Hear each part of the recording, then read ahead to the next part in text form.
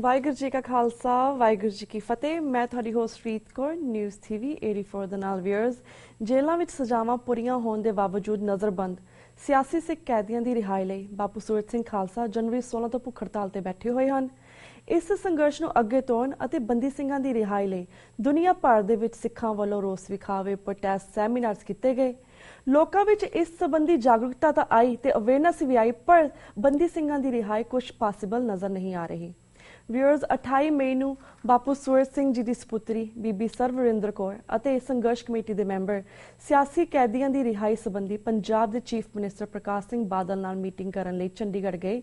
ਇਸ ਮੀਟਿੰਗ ਵਿੱਚ ਕੀ ਗੱਲਬਾਤ ਹੋਈ ਅਤੇ ਪੰਜਾਬ ਸਰਕਾਰ ਦਾ ਸਿਆਸੀ ਕੈਦੀਆਂ ਸੰਬੰਧੀ ਕੀ ਫੈਸਲਾ ਹੈ, ਇਸ ਸੰਬੰਧੀ ਅੱਜ ਅਸੀਂ ਬਾਪੂ ਸੂਰਤ ਸਿੰਘ ਖਾਲਸਾ ਜੀ ਦੀ ਸਪੁੱਤਰੀ ਬੀਬੀ ਸਰਵਰਿੰਦਰ ਕੌਰ ਜੀ ਨਾਲ ਗੱਲਬਾਤ ਕਰਾਂਗੇ, ਜਿਹੜੇ ਕਿ ਇਸ ਵੇਲੇ ਸਾਡੇ ਨਾਲ ਫੋਨ ਲਾਈਨ ਤੇ ਜੁੜ ਚੁੱਕੇ ਨੇ।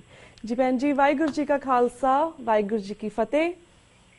ਵਾਹਿਗੁਰੂ ਜੀ ਕਾ ਖਾਲਸਾ ਵਾਹਿਗੁਰੂ ਜੀ ਕੀ ਫਤਿਹ। ਭੈਣ ਜੀ ਜੀ ਭੈਣ ਜੀ, ਇਸ ਮੀਟਿੰਗ ਬਾਰੇ ਗੱਲਬਾਤ ਕਰਨ ਤੋਂ ਪਹਿਲਾਂ ਅਸੀਂ ਜਾਣਨਾ ਚਾਹਾਂਗੇ ਕਿ ਇਸ ਵੇਲੇ ਬਾਪੂ ਸੂਰਤ ਸਿੰਘ ਖਾਲਸਾ ਜੀ ਦੀ ਸਿਹਤ ਕਿਵੇਂ ਹੈ? ਸਿਹਤ ਕਮਜ਼ੋਰ ਹੈ ਭੈਣ ਜੀ, ਬਹੁਤ ਹਰ ਰੋਜ਼ ਦਿਨੋਂ ਦਿਨ ਕਮਜ਼ੋਰ ਹੋ ਰਹੇ ਨੇ, ਪਰ ਚੜ੍ਹਦੀ ਕਲਾ ਚ। ਜੀ ਜੀ। ਤੇ ਭੈਣ ਜੀ, ਹੁਣ ਅਸੀਂ ਨਾਲ ਮੀਟਿੰਗ ਬਾਰੇ ਵੇਰਵੇ ਦੇ ਨਾਲ ਗੱਲਬਾਤ ਕਰਨਾ ਚਾਹਾਂਗੇ। ਅਸੀਂ ਚਾਹੁੰਦੇ ਕਿ ਤੁਸੀਂ ਸਾਨੂੰ ਪੂਰੇ ਵੇਰਵੇ ਦੇ ਨਾਲ ਦੱਸੋ ਕਿ ਇਸ ਜਿਹੜੀ ਮੀਟਿੰਗ ਦੇ ਵਿੱਚ ਤੁਸੀਂ ਵੀ ਸ਼ਾਮਿਲ ਹੋਏ, ਸੰਘਰਸ਼ ਕਮੇਟੀ ਦੇ ਮੈਂਬਰਸ ਵੀ ਸ਼ਾਮਿਲ ਹੋਏ, ਐਗਜ਼ੈਕਟਲੀ ਇਸ ਮੀਟਿੰਗ ਦੇ ਵਿੱਚ ਕੀ ਹੋਇਆ? ਓਕੇ, ਇਹ ਮੀਟਿੰਗ ਜਿਹੜੀ ਹੈਗੀ ਆ ਸਰਕਾਰ ਵੱਲੋਂ ਸੱਦੀ ਗਈ ਸੀਗੀ ਜੀ, ਤਾਂ ਉਹਦੇ ਵਿੱਚ ਕਮੇਟੀ ਮੈਂਬਰ ਗਏ ਸੀ ਤੇ ਮੈਂ ਵੀ ਗਈ ਸੀਗੀ। ਤਾਂ ਉੱਥੇ ਆਪਣੀ ਗੱਲ ਹੋਈ ਸੀ ਜਿਹੜੀ ਗਵਰਨਮੈਂਟ ਨੂੰ ਆਪਾਂ ਆਪਣੀ ਕਮੇਟੀ ਨੇ 82 ਸਿੰਘ ਜਿਹੜੇ ਜਦੋਂ ਕਿ ਉਹਦੇ ਚ 82 ਚੋਂ ਵੀ ਕੁਛ ਆਪਦੀਆਂ ਸਜ਼ਾਵਾਂ ਪੂਰੀਆਂ ਕਰਕੇ ਜੇਲ੍ਹਾਂ ਚ ਬਾਹਰ ਆ ਗਏ, 78 ਜਾਂ 79 ਸਿੰਘ ਆਪਣੇ ਟੋਟਲ ਹਾਲੇ ਜੇਲ੍ਹਾਂ ਚ ਹੈਗੇ ਨੇ ਜੀ। ਤਾਂ ਉਹ ਸਾਰਿਆਂ ਦੀ ਰਿਹਾਈ ਲਈ, ਜੇ ਕਿਸੇ ਦੀ ਪੂਰੀ ਸਜ਼ਾ ਹੋ ਗਈ ਉਹਦੀ ਰਿਹਾਈ ਲਈ, ਜਾਂ ਕਿਸੇ ਦੀ ਜ਼ਮਾਨਤ ਦੀ ਹੋ ਰਹੀ, ਉਹਦੀ ਜ਼ਮਾਨਤ ਹਾਲੇ ਤੱਕ ਕਿਉਂ ਨਹੀਂ ਹੋ ਰਹੀ, ਜੇ ਉਹਦੀ ਬਣਦੀ ਆ, ਜੋ ਜੋ ਅਧਿਕਾਰ ਉਹਨਾਂ ਦੇ ਜਿਹਨਾਂ ਦੇ ਕਾਨੂੰਨ ਮੁਤਾਬਕ ਬਣਦੇ ਆ, ਉਹ ਸਾਰੀਆਂ ਡਿਟੇਲ ਦੇ ਵਿੱਚ ਸਰਕਾਰ ਨਾਲ ਗੱਲ ਹੋਈ ਸੀ। ਤੇ ਸਰਕਾਰ ਨੇ 4 ਮੈਂਬਰਾਂ ਦਾ, ਕਾਫੀ ਹਾਇਰ ਆਫਿਸਰਸ ਦਾ ਡਿਫਰੈਂਟ ਉਹਨਾਂ ਨੇ 4 ਜਾਣਿਆਂ ਦਾ ਬੈਂਚ ਦਿੱਤਾ ਹੈਗਾ।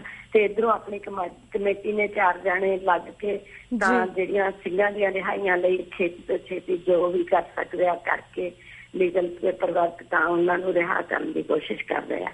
ਜੀ ਜੀ। ਤੇ ਭੈਣ ਜੀ, ਤੁਸੀਂ ਉਸ ਕਿਹਾ ਕਿ ਸਰਕਾਰ ਨੇ ਤੁਹਾਨੂੰ ਖੁਦ ਬੁਲਾਵਾ ਭੇਜਿਆ ਸੀ, ਤੁਸੀਂ ਉੱਥੇ ਗਏ ਆ, ਤਾਂ ਉਹਨਾਂ ਨੇ ਕੀ 4 ਜੂਨ ਦਾ ਨੈਕਸਟ ਦਿਨ ਦਿੱਤਾ ਹੈ ਜਿਸ ਬਾਰੇ ਉਹ ਤੁਹਾਡੇ ਨਾਲ ਗੱਲਬਾਤ ਕਰਨਗੇ? ਨਹੀਂ, ਉਹਨਾਂ ਨੇ ਡੇਟ ਕੋਈ ਨਹੀਂ ਦਿੱਤੀ ਹੈ, ਡੇਟ ਆਪਾਂ ਹੀ ਰੱਖਣੀ ਹੈ ਨੈਕਸਟ। ਪਰ ਉਹਨਾਂ ਨੇ ਸਰਕਾਰ ਨੇ, ਇਹਨਾਂ ਨੇ CM ਨੇ ਇਹ ਕਿਹਾ ਸੀ ਕਿ ਜਦੋਂ ਵੀ ਸਾਨੂੰ ਜ਼ਰੂਰਤ ਹੋਵੇ, ਕੋਈ ਕੁਐਸਚਨ ਹੋਵੇ ਜਾਂ ਕੋਈ ਵੀ ਗੱਲ ਹੋਵੇ, ਜਦੋਂ ਮਰਜ਼ੀ ਅਸੀਂ ਜਾ ਕੇ ਬਾਦਲ ਨੂੰ ਮਿਲ ਸਕਦੇ ਹਾਂ। ਜੀ ਜੀ। ਅੱਛਾ, ਮੈਨੂੰ ਸੁਣਨ ਚ ਭੁਲੇਖਾ ਲੱਗਿਆ, ਮੈਨੂੰ ਲੱਗਿਆ ਤੁਸੀਂ ਕਿਹਾ ਸੀ 4 ਜੂਨ ਨੂੰ ਬੁਲਾਇਆ ਵਾਪਿਸ। ਪਰ ਭੈਣ ਜੀ, ਜਿਸ ਤਰ੍ਹਾਂ ਲਾਈਕ ਉਹਨਾਂ ਨੇ ਤੁਹਾਡੇ ਨਾਲ ਗੱਲਬਾਤ ਕੀਤੀ, ਤੁਸੀਂ ਆਪਣੀਆਂ ਮੰਗਾਂ ਨੂੰ ਸਾਹਮਣੇ ਰੱਖੀਆਂ, ਪਰ ਐਗਜ਼ੈਕਟਲੀ ਕੋਈ ਫੈਸਲਾ ਜੋ ਸਾਹਮਣੇ ਨਜ਼ਰ ਨਹੀਂ ਆ ਰਿਹਾ, ਬਿਕੋਜ਼ ਸਿਰਫ ਤੁਹਾਨੂੰ ਇੰਨਾ ਕਹਿ ਕੇ ਉਹਨਾਂ ਨੇ ਵਾਪਿਸ ਭੇਜ ਦਿੱਤਾ ਕਿ ਅਸੀਂ ਇਸ ਦੇ ਬਾਰੇ ਦੇਖਾਂਗੇ ਜਾਂ ਫਿਰ ਇਸ ਦੇ ਉੱਪਰ ਗੱਲਬਾਤ ਕਰਾਂਗੇ, ਕਿਉਂਕਿ ਉਹਨਾਂ ਨੇ ਕੋਈ ਠੋਸ ਕੋਈ ਤੁਹਾਨੂੰ ਲਿਖਤੀ ਵਿੱਚ ਕੁਝ ਦਿੱਤਾ ਹੈ? ਨਹੀਂ, ਹਾਲੇ ਤੱਕ ਆਪਾਂ ਨੂੰ ਠੋਸ ਆਊਟਪੁੱਟ ਕੋਈ ਨਹੀਂ ਮਿਲੀ ਹੈ। ਸਿਰਫ ਜਿਹੜੀ ਮੀਟਿੰਗ ਹੋਈ ਆ ਉਹ ਚੰਗੀ ਮੀਟਿੰਗ ਹੋਈ ਆ, ਉਹ ਵਾਕਆਊਟ ਨਹੀਂ ਹੋਏ, ਕੋਈ ਲੜਾਈ ਨਹੀਂ ਹੋਈ, ਉੱਥੇ ਬਹਿਸ ਨਹੀਂ ਹੋਈ, ਬਸ ਗੁੱਡਵੇ ਨਾਲ ਮੀਟਿੰਗ ਹੋਈ ਆ। ਮੀਟਿੰਗ ਦੇ ਵਿੱਚੋਂ ਆਪਾਂ ਨੂੰ ਮਿਲਿਆ ਕੁਛ ਨਹੀਂ ਹੈ ਹਾਲੇ, ਸਿਰਫ ਗੱਲਾਂ ਮਿਲੀਆਂ ਨੇ ਕਿ ਉਹ ਸਿੰਘਾਂ ਨੂੰ ਛੱਡਣਗੇ, ਪਰ ਹਾਲੇ ਸਿੰਘ ਕੋਈ ਵੀ ਕਿਸੇ ਦਾ ਪੇਪਰ ਵਰਕ ਜਾਂ ਕੋਈ ਵੀ ਕਿਸੇ ਸਿੰਘ ਦੀ ਰਿਹਾਈ ਹਾਲੇ ਹੋਈ ਨਹੀਂ ਹੈ। ਜੀ ਜੀ। ਤਾਂ ਭੈਣ ਜੀ, ਜਿਸ ਤਰ੍ਹਾਂ ਬੀਬੀ ਨਵਨੀਤ ਕੌਰ ਭੁੱਲਰ ਜੀ ਵੀ ਇਸ ਮੀਟਿੰਗ ਦੇ ਵਿੱਚ ਸ਼ਾਮਿਲ ਸੀ, ਉਹਨਾਂ ਦਾ ਕੀ ਰੋਲ ਸੀ ਇਸ ਮੀਟਿੰਗ ਦੇ ਵਿੱਚ? ਉਹਨਾਂ ਦਾ, ਕਿਉਂਕਿ ਪ੍ਰੋਫੈਸਰ ਸਾਹਿਬ ਜਿਹੜੇ ਨੇ, ਉਹਨਾਂ ਦੀ ਫਾਈਲ ਦਿੱਲੀ ਤੋਂ ਉਹਨਾਂ ਨੂੰ ਅੰਮ੍ਰਿਤਸਰ, ਪਹਿਲਾਂ ਤਾਂ ਪੰਜਾਬ ਦੀ ਗੱਲ ਸੀ, ਪਰ ਉਹ ਚਾਹੁੰਦੇ ਨੇ ਵੀ ਉਹ ਅੰਮ੍ਰਿਤਸਰ ਟ੍ਰਾਂਸਫਰ ਕਰ ਦੇਵੇ ਸਰਕਾਰ, ਕਿਉਂਕਿ ਉਹਨਾਂ ਦੀ ਫੈਮਿਲੀ ਅੰਮ੍ਰਿਤਸਰ ਦੀ ਹੈਗੀ ਆ, ਤਾਂ ਜੋ ਪ੍ਰੋਫੈਸਰ ਸਾਹਿਬ ਨਾਲ ਮਿਲਦੇ ਰਹਿਣ। ਤਾਂ ਉਹਨਾਂ ਨੇ ਪ੍ਰੋਫੈਸਰ ਸਾਹਿਬ ਦੀ, ਭੁੱਲਰ ਸਾਹਿਬ ਦੀ ਗੱਲ ਕੀਤੀ ਸੀ ਕਿ ਉਹਨਾਂ ਦੀ ਫਾਈਲ ਪੰਜਾਬ ਆ ਗਈ ਤਾਂ ਉਹਨੂੰ ਇਹ ਸਾਈਨ ਕਰਕੇ ਵਾਪਸ ਭੇਜਣ ਤਾਂ ਕਿ ਭੁੱਲਰ ਸਾਹਿਬ ਦਿੱਲੀ ਤੋਂ ਪੰਜਾਬ ਛੇਤੀ ਟ੍ਰਾਂਸਫਰ ਹੋ ਸਕਣ। ਪਰ ਭੈਣ ਜੀ ਜਿਸ ਤਰ੍ਹਾਂ ਇਹ ਸੇਮ ਹੀ ਬਾਦਲ ਸਰਕਾਰ ਜਿਸ ਨੂੰ ਪਹਿਲਾਂ ਵੀ 9-10 ਸਾਲ ਤੋਂ ਬੀਬੀ ਨਵਨੀਤ ਕੌਰ ਤੇ ਪ੍ਰੋਫੈਸਰ ਭੁੱਲਰ ਵੀ ਕਾਫੀ ਦੇਰ ਤੋਂ ਉਹ ਚਾਹੁੰਦੇ ਸੀ ਕਿ ਉਹ ਦਿੱਲੀ ਦੀ ਜਿਹੜੀ ਜੇਲ੍ਹ ਉਸ ਤੋਂ ਸ਼ਿਫਟ ਹੋ ਕੇ ਉਹ ਪੰਜਾਬ ਆ ਜਾਣ, ਪਰ ਬਾਦਲ ਸਰਕਾਰ ਨੇ ਖੁਦ ਇਹਨਾਂ ਨੂੰ ਕਿਹਾ ਸੀ ਕਿ ਦਵਿੰਦਰਪਾਲ ਸਿੰਘ ਭੁੱਲਰ ਜਿਹੜਾ ਇੱਕ ਬਹੁਤ ਹੀ ਖਤਰਨਾਕ ਟੈਰਰਿਸਟ ਹੈ, ਇਸ ਨਾਲ ਪੰਜਾਬ ਦਾ ਅਮਨ ਭੰਗ ਖਰਾਬ ਹੋਵੇਗਾ। ਪਰ ਹੁਣ ਤੁਹਾਨੂੰ ਕੀ ਲੱਗਦਾ ਹੈ ਕਿ ਜਦੋਂ ਬੀਬੀ ਨਵਨੀਤ ਕੌਰ ਵਾਪਿਸ ਤੁਹਾਡੇ ਨਾਲ ਗਈ ਹੈ, ਮੈਂਬਰ ਕਮੇਟੀ ਦੇ ਨਾਲ ਗਈ ਹੈ, ਤੁਹਾਨੂੰ ਕੀ ਲੱਗਦਾ ਕਿ ਇਸ ਤੇ ਕੋਈ ਬਾਦਲ ਸਰਕਾਰ ਸਟੈਂਡ ਲਏਗੀ? ਕਿਉਂਕਿ ਪਹਿਲਾਂ ਤਾਂ ਉਹਨਾਂ ਨੇ ਪ੍ਰੋਫੈਸਰ ਜੀ ਨੂੰ ਟੈਰਰਿਸਟ ਕਹਿ ਕੇ ਬੁਲਾ ਰਿਹਾ ਸੀ।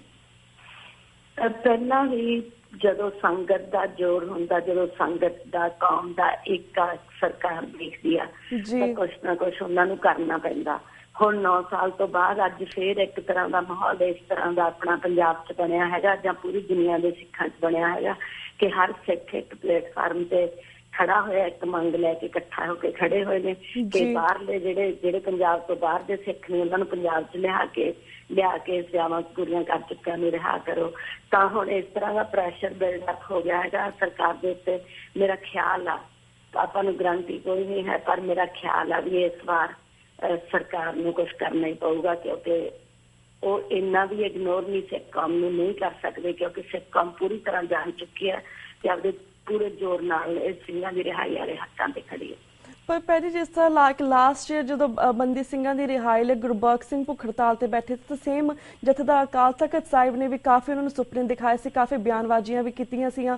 ਉਹਨਾਂ ਨੂੰ ਕਿਹਾ ਸੀ ਕਿ ਅਸੀਂ ਬੰਦੀ ਸਿੰਘਾਂ ਦੀ ਰਿਹਾਈ ਲਈ ਸਭ ਤੋਂ ਜਲਦ ਕਰਾਂਗੇ, ਤੁਸੀਂ ਆਪਣੀ ਭੁੱਖ ਹੜਤਾਲ ਤੋੜ ਦਿਓ। ਪਰ ਜਥੇਦਾਰ ਅਕਾਲ ਤਖਤ ਸਾਹਿਬ ਨੇ ਬਾਦਲ ਸਰਕਾਰ ਦੇ ਹੁਕਮਾਂ ਥੱਲੇ ਲੱਗ ਕੇ ਕੋਈ ਵੀ ਠੋਸ ਕਦਮ ਨਹੀਂ ਲਿੱਤਾ। ਤੁਹਾਨੂੰ ਕੀ ਲੱਗਦਾ ਕਿ ਜਿਸ ਤਰ੍ਹਾਂ ਤੁਸੀਂ ਗੱਲ ਕੀਤੀ ਕਿ ਹੁਣ ਸਾਨੂੰ ਇਗਨੋਰ ਨਹੀਂ ਕਰਨਗੇ, ਤੁਹਾਨੂੰ ਕੀ ਲੱਗਦਾ ਕਿ ਈਵਨ ਭਾਈ ਗੁਰਬਖਸ਼ ਸਿੰਘ ਖਾਲਸਾ ਜੀ ਦੇ ਵੇਲੇ ਵੀ ਕਾਫੀ ਲੋਕ ਉਸ ਵੇਲੇ ਸੰਘਰਸ਼ ਹੋਇਆ ਸੀਗਾ, ਲੋਕ ਲਹਿਰ ਸ਼ੁਰੂ ਹੋਈ ਸੀ, ਕਾਫੀ ਲੋਕ ਜੁੜੇ ਹੋਏ ਸੀਗੇ, ਬਾਪੂ ਸੂਰਤ ਸਿੰਘ ਜੀ ਨੇ ਉਸੇ ਤਰ੍ਹਾਂ ਜੁੜੇ ਹੋਏ ਨੇ।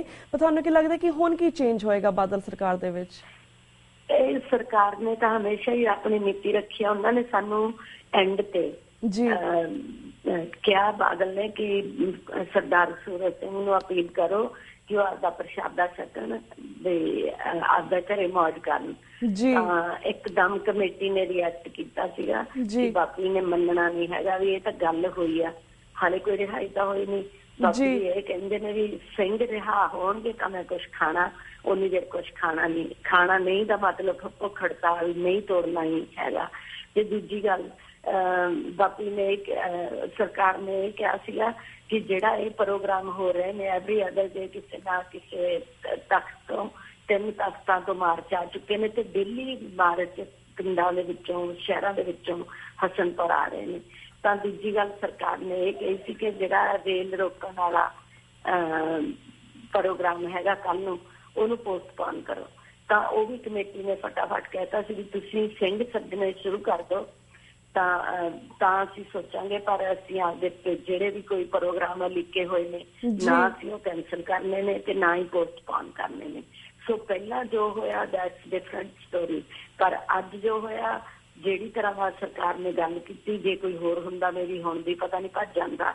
ਪਰ ਬਾਪੂ ਜੀ ਆਪਦੇ ਸਟੈਂਡ ਤੇ ਖੜੇ ਨੇ, ਕੌਮ ਨਾਲ ਖੜੀ ਰਹੇ ਤਾਂ ਜੋ ਆਪਾਂ ਸਿੰਘਾਂ ਦੀ ਰਿਹਾਈ ਕਰਾ ਸਕੀਏ। ਬਾਪੂ ਜੀ ਉਦੋਂ ਹੀ ਕਹਿੰਦੇ ਨੇ ਵੀ ਪ੍ਰਸ਼ਾਦਾ ਮੈਂ ਛਕੂੰਗਾ ਜਦੋਂ ਸਿੰਘ ਮੇਰੇ ਸਾਹਮਣੇ ਆ ਗਏ ਤੇ ਅਸੀਂ ਮੇਕ ਸ਼ੋਰ ਕਰ ਲਿਆ ਵੀ ਉਹ ਟਾਈਮਲੀ ਇੱਕ ਵਾਰੀ ਬਾਹਰ ਕੱਢ ਕੇ ਦੁਬਾਰਾ ਜੇਲ੍ਹ ਦੇ ਭੇਜ ਰਹੇ ਇਹਨਾਂ ਨੂੰ, ਉਹਨਾਂ ਦੀਆਂ ਪ੍ਰੋਪਰ ਰਿਹਾਈਆਂ ਹੋ ਗਈਆਂ, ਫਿਰ ਮੈਂ ਕੁਛ ਖਾਣਾ।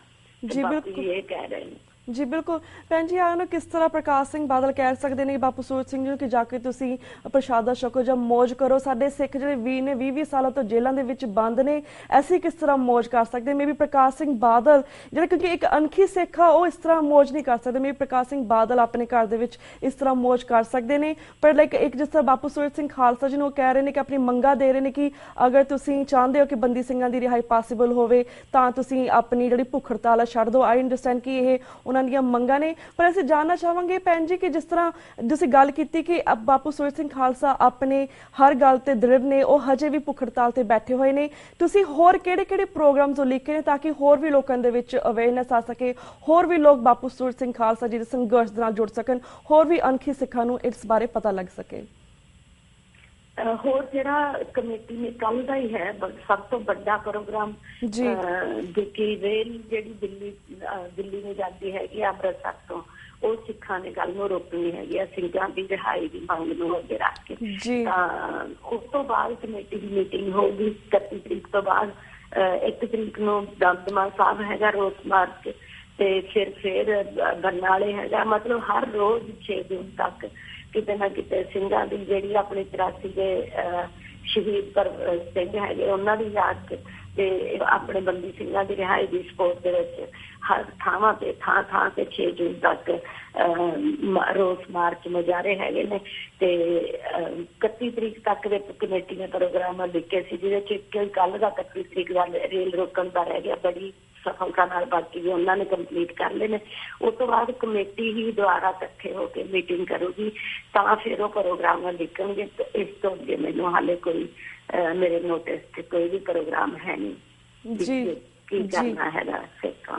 ਜੀ ਜੀ ਤੇ ਭੈਣ ਜੀ ਜਸਟ ਕਿਉਂਕਿ ਸਾਡਾ ਵਕਤ ਵੀ ਬ੍ਰੇਕ ਵੱਲ ਜਾ ਰਿਹਾ, I would like to ask you, ਜਿਸ ਤਰ੍ਹਾਂ ਉਹ ਜਦੋਂ ਤੁਸੀਂ ਭੁੱਖ ਹੜਤਾਲ ਤੇ ਬਾਪੂ ਸੂਰਤ ਸਿੰਘ ਖਾਲਸਾ ਬੈਠੇ ਨੇ ਸੰਘਰਸ਼ ਨੂੰ ਆਧਾਰ ਬਣਾ ਕੇ, ਜਿਸ ਤਰ੍ਹਾਂ ਸੰਘਰਸ਼ ਕਮੇਟੀ ਨੇ ਅੰਬ ਸਾਹਿਬ ਤੋਂ ਬਾਦਲ ਦੀ ਕੋਠੀ ਤੱਕ ਜਿਹੜਾ ਪ੍ਰੋਟੈਸਟ ਕਰਨਾ ਸੀ, ਜਿਸ ਦੇ ਵਿੱਚ ਤੁਹਾਨੂੰ ਵੀ ਅਰੈਸਟ ਕੀਤਾ ਗਿਆ, ਸੰਘਰਸ਼ ਕਮੇਟੀ ਦੇ ਮੈਂਬਰਸ ਵੀ ਅਰੈਸਟ ਕੀਤਾ ਗਿਆ, ਹੋਰ ਵੀ ਬਹੁਤ ਸਾਰੀਆਂ ਸਿੰਘਾਂ ਨੂੰ ਤੇ ਸਿੰਘਣੀਆਂ ਨੂੰ ਅਰੈਸਟ ਕੀਤਾ ਗਿਆ। ਕਿ ਇਸ ਬਾਰੇ ਵੀ ਤੁਸੀਂ ਜਦੋਂ ਬਾਦਲ ਨਾਲ ਮੀਟਿੰਗ ਕੀਤੀ ਸੀ, ਇਸ ਬਾਰੇ ਗੱਲਬਾਤ ਕੀਤੀ ਕਿ ਇਹ ਹਿਊਮਨ ਰਾਈਟਸ ਦੀ ਉਲੰਘਣਾ ਹੈ, ਕਿਉਂਕਿ ਇੱਕ ਬੰਦਾ ਬਹੁਤ ਹੀ ਚੰਗੇ ਤਰੀਕੇ ਨਾਲ ਰੋਸ ਵਿਖਾਵਾ ਕਰ ਰਿਹਾ ਹੈ, ਇੱਕ ਪ੍ਰੋਟੈਸਟ ਕਰ ਰਿਹਾ ਹੈ, ਤਾਂ ਉਹਨਾਂ ਨੇ ਇਸ ਤਰ੍ਹਾਂ ਤੁਹਾਨੂੰ ਅਰੈਸਟ ਕੀਤਾ। ਇਸ ਬਾਰੇ ਵੀ ਤੁਸੀਂ ਗੱਲਬਾਤ ਕੀਤੀ ਉਹਨਾਂ ਨਾਲ? ਇਸ ਬਾਰੇ ਗੱਲ ਕੀਤੀ ਸੀਗੀ ਕਿ ਵੀ ਜੋ ਵੀ ਅਰਦਾਸ ਕਰਕੇ ਸਾਨੂੰ ਅਰਦਾਸ ਕਰਨ ਤੋਂ ਵੀ ਗੁਰਦੁਆਰਾ ਸਾਹਿਬ ਦੇ, ਜੇ ਇਸ ਅਕਾਲੀ ਸਰਕਾਰ ਦੇ ਵਿੱਚ ਵੀ ਸਾਡੇ ਲਈ ਗੁਰਦੁਆਰੇ ਬੰਦ ਹੁੰਦੇ ਆ, ਉਹਨਾਂ ਦੇ ਗੁਰਦੁਆਰੇ ਦਰਵਾਜ਼ੇ ਸਿੱਖਾਂ ਲਈ ਕੋਈ ਸਿੱਖ ਮੋਰਚਾ ਕਿਸੇ ਤਰ੍ਹਾਂ ਦੀ ਵੀ ਹੋਵੇ ਸ਼ੁਰੂ ਕਰਨ ਤਾਂ ਅਰਦਾਸ ਕਰਦੇ ਨੇ। ਤਾਂ ਇਸ ਵਾਰੀ ਬੜੀ ਸ਼ਰਮ ਦੀ ਗੱਲ ਆ ਵੀ ਸਿੱਖਾਂ ਨੂੰ ਕੋਠੀ ਵੱਲ ਜਿਹੜੇ ਆਉਂਦੇ ਸੀਗੇ ਤਾਂ ਉਹਨਾਂ ਨੂੰ ਅਰਦਾਸ ਕਰਨ ਨੂੰ ਗੁਰਦੁਆਰੇ ਦੇ ਅੰਦਰ ਮਹਾਰਾਜ ਦੇ ਦਰਸ਼ਨ ਕਰਨ ਤੋਂ ਵੀ ਜਿੰਦੇ ਲਾ ਦਿੱਤੇ ਗਏ, ਰੋਕਿਆ ਗਿਆ। ਤਾਂ ਉਹ ਗੱਲ ਦਾ ਬਾਦਲ ਸਾਹਿਬ ਕੋਲੇ ਕੋਈ ਜਵਾਬ ਨਹੀਂ ਸੀ, ਤਾਂ ਚੁੱਪ ਕਰਕੇ ਉਹਨਾਂ ਨੇ ਗੱਲ ਸੁਣ ਲਈ ਤੇ ਉਹਦਾ ਜਵਾਬ ਕੋਈ ਨਹੀਂ ਸੀ ਦਿੱਤਾ। ਜੀ ਜੀ ਪਰ ਇਹ ਗੱਲ ਉੱਥੇ ਹੋਈ ਸੀ। ਹਾਂਜੀ, well thank you so much ਭੈਣ ਜੀ ਕਿ ਤੁਸੀਂ ਇਹਨਾਂ ਕੁਝ ਪੁਆਇੰਟਸ ਦੇ ਉੱਪਰ ਸਾਡੇ ਦਰਸ਼ਕਾਂ ਨੂੰ ਪੂਰੇ ਵੇਰਵੇ ਸਹਿਤ ਜਾਣਕਾਰੀ ਦਿੱਤੀ, ਕਿਉਂਕਿ ਇਹ ਸਾਡੇ ਕੁਐਸਚਨ ਸੀਗੇ ਜਿਨ੍ਹਾਂ ਦੇ ਉੱਪਰ ਸਾਡੇ ਜਾਣਕਾਰੀ ਲੈਣਾ ਚਾਹੁੰਦੇ ਸੀਗੇ। ਹੁਣ ਤਾਂ ਚਲੋ ਸਾਡਾ ਵਕਤ ਬ੍ਰੇਕ ਵੱਲ ਜਾ ਰਿਹਾ। ਅਗੇਨ ਅਸੀਂ ਬਾਪੂ ਸੂਰਤ ਸਿੰਘ ਖਾਲਸਾ ਜੀ ਦੀ ਅਰਦਾਸ ਕਰਦੇ ਕਿ ਉਹਨਾਂ ਦੀ ਸਿਹਤ ਬਹੁਤ ਚੰਗੀ ਰਹੇ ਅਤੇ ਬੰਗੀ ਸਿੰਘਾਂ ਦੀ ਰਿਹਾਈ ਲਈ ਵੀ ਅਸੀਂ ਬਹੁਤ ਅਰਦਾਸ ਕਰਦੇ। ਭੈਣ ਜੀ ਤੁਸੀਂ ਵੀ ਆਪਣਾ ਧਿਆਨ ਰੱਖੋ ਤੇ ਹੁਣ ਅਸੀਂ ਲੈਣੇ ਤੁਹਾਡੇ ਕੋਲ ਇਜਾਜ਼ਤ। ਵਾਹਿਗੁਰੂ ਜੀ ਕਾ ਖਾਲਸਾ, ਵਾਹਿਗੁਰੂ ਜੀ ਕੀ ਫਤਿਹ। Viewers, वक्त हो गया एक छोटे से ब्रेक था। Keep watching News TV 84. We'll be right back after a short break.